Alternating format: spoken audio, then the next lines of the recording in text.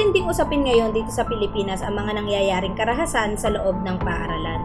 Pero paano nga ba nagiging marahas ang isang kabataan? At sino ba talaga ang may kasalanan?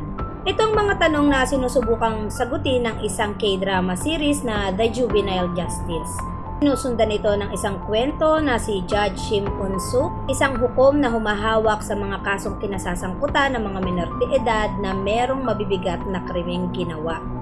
Sa bawat kaso, ipinapakita sa serye ang isang masilimuot na katotohanan sa likod ng mga juvenile crimes.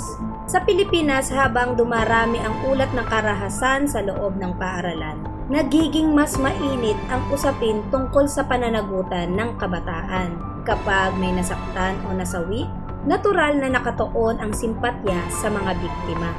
Ngunit sa ilang pagkakataon, kapag nalaman ng publiko na menor de edad ang suspect, nagbabago na ang usapan at mas nakatuon na ito sa kanyang edad kesa sa kanyang krimen na ginawa.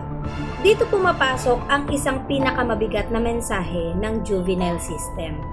Kapag ang isang suspect ay itinuturing na agad na biktima dahil sa kanyang edad, nanganganib ng makalimutan ang totoong biktima ng krimen na kanyang ginawa. Hindi naman ibig sabihin ito ay dapat nang mawala ng proteksyon ang menor de edad. Ngunit ipinapaalala sa atin na ang edad ay hindi dapat maging dahilan upang mabaliwala ang pananagutan sa krimen na ganyang ginawa. Pinapakita din sa K-drama series na ito na ang problema ay mas mabigat pa or mas malalim pa kaysa sa krimen na kanilang ginagawa.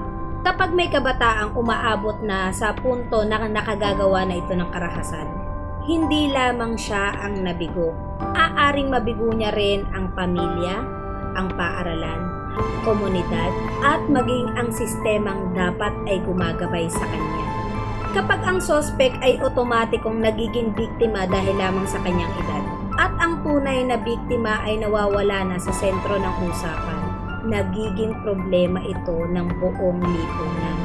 Ang hustisya ay hindi lamang pagprotekta sa mga kabataan, kundi pagtiyak din na may pananagutan sa bawat aksyon at may pagkilala sa tunay na biktima ng karahasan.